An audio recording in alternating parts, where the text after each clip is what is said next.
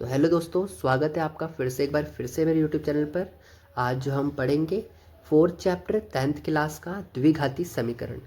ये चैप्टर बड़ा ही प्यारा है। आइए चलते हैं सर के पास और वो आपको बताते हैं, इस चैप्टर को एक्सप्लेन करते हैं और पढ़ते हैं। आज हम चैप्टर पढ़ने वाले हैं वो 10th क्लास का चैप्टर 4th, जिस चैप्टर का नाम है द्विघात समीकरण। ये द्विघात समीकरण क्या होता है, आइए हम इसको सबसे पहले नोट से समझते हैं। द्विघात समीकरण आखिर ये क्या होता है? द्विघात समीकरण इसका मतलब क्या होता है? द्वि मतलब, चलो पहले मैं आपको इसको एक पेज पे समझा देता हूँ। देखिए, द्वि मतलब क्या होता है? द्वि मतलब दो, घात मतलब पावर। जैसे लिखा है एक्स की स्क्वायर प्लस में 5x प्लस में 10 बराबर 0। अब देखिए यहाँ पे क्या लिखा हुआ है, x पे पावर 2 है और यहाँ पे x की पावर 1 है। जहाँ पे कुछ नहीं होता वहाँ पे पावर 1 होती है। अब बताओ इसमें सबसे बड़ी पावर कितनी है? सबसे बड़ी पावर है 2। जो सबसे बड़ी पावर है तो उसको बोलते हैं द्वि। घात मतलब क्या होता है? पावर। तो द्वि मतलब दो, घात मतलब पावर। तो द्विघात और समीकरण मतलब क्या होता है कि बराबर 0 आ रहा है तो वे फिर समीकरण होता है। तो आपको तो समझ में आ गया होगा द्विघात समीकरण क्या होता है। अब देखते हैं हम। देखो, जो द्विघात समीकरण होता है वो किस फॉर्म में होता है? वो जो फॉर्म में होता है वो होता है ए एक्स पे स्क्वायर प्लस में बी एक्स प्लस में सी बराबर 0। ये इस फॉर्म में होता है। हमें हर एक क्वेश्चन को इस फॉर्म में बनाना होता है। जैसे कि ये बना हुआ है 7x पे स्क्वायर प्लस में 3x प्लस में 12 बराबर 0। और एक बात हमें याद रखना है कि ए कभी भी बराबर 0 के नहीं होता। अगर देखो, जैसे मतलब मान लो कि मैंने a बराबर 0 कर दिया है ना, अगर मैं इसकी जगह पे 0 रख दूंगा तो मेरा पूरा 0 हो जाएगा। और जब ये पूरा 0 हो जाएगा तो मेरे द्विघात समीकरण रह ही नहीं जाएगा, क्योंकि मेरा फिर इतना बचेगा। अब देखो, अगर मैं यहाँ पे 0 रख दूँ तो पूरा 0 हो जाएगा और इतना बचेगा तो फिर ये रेखिक हो जाएगा ना, रेखिक समीकरण हो जाएगा। तो इसलिए a बराबर कभी भी 0 नहीं होता। तो आइए हम इससे एक्सरसाइज पे चलते हैं और 4.1 के कुछ क्वेश्चन करते हैं।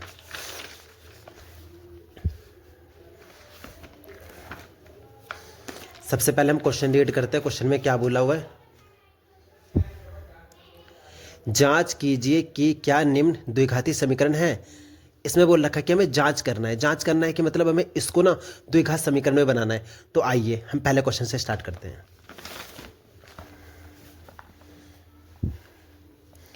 जैसे पहला क्वेश्चन क्या लिखा हुआ है, क्वेश्चन फर्स्ट का 4.1 का क्वेश्चन फर्स्ट है x प्लस 1 इस पे स्क्वायर दे रखा है और बराबर में 2 ब्रैकेट x माइनस 3 दे रखा है।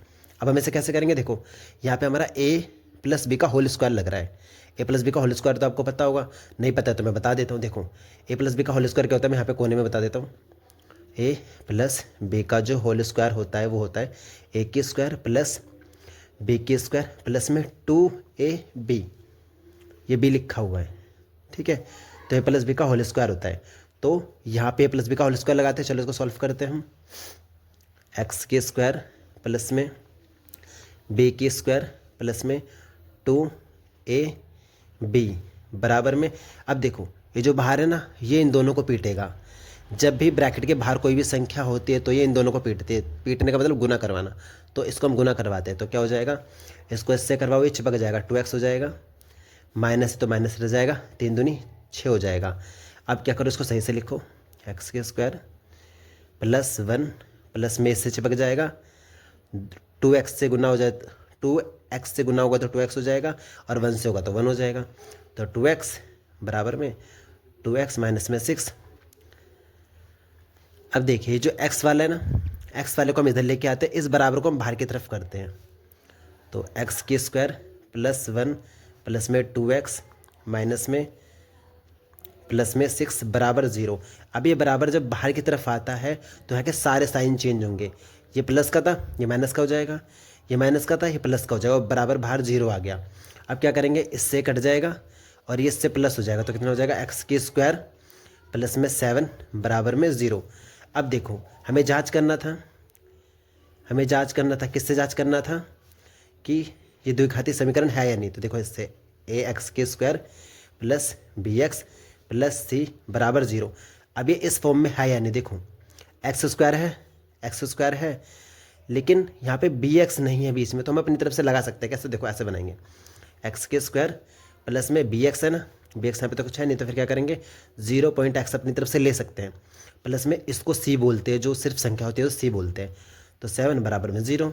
बस बन गया हमारा द्विघाती समीकरण। ये पहला क्वेश्चन हो गया। चलिए दूसरे क्वेश्चन पे चलते हैं अब हम। तो दोस्तों आपको इतना तो समझ में आ ही गया होगा, लेकिन मैं इसमें एक चीज़ बता दूं, देखो अगर कहीं पे सिर्फ संख्या लिखी होती है ना तो उसे हम सी बोलते हैं, ये आपको याद रखना है, ठीक है।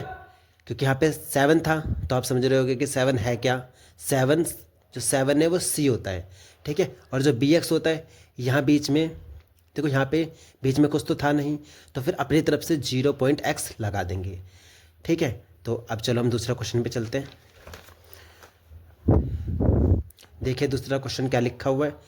जो हमारे पे क्वेश्चन नंबर पहले का जो दूसरा दिया हुआ है वो क्या है, एक्स की स्क्वायर माइनस में 2x बराबर -2 ब्रैकेट 3 - x। मैं लिख के आपको बताता हूँ। लिखा हुआ है एक्स की स्क्वायर माइनस में 2x बराबर में -2 ब्रैकेट में 3 - x, ये लिखा हुआ है। चलो इसको सॉल्व करते हैं।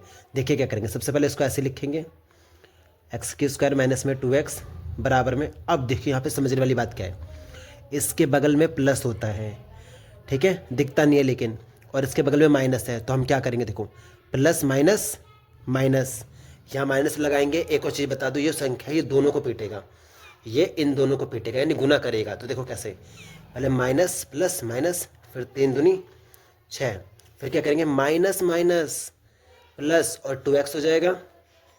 समझ में आ गया, इतना तो समझ में आ गया होगा।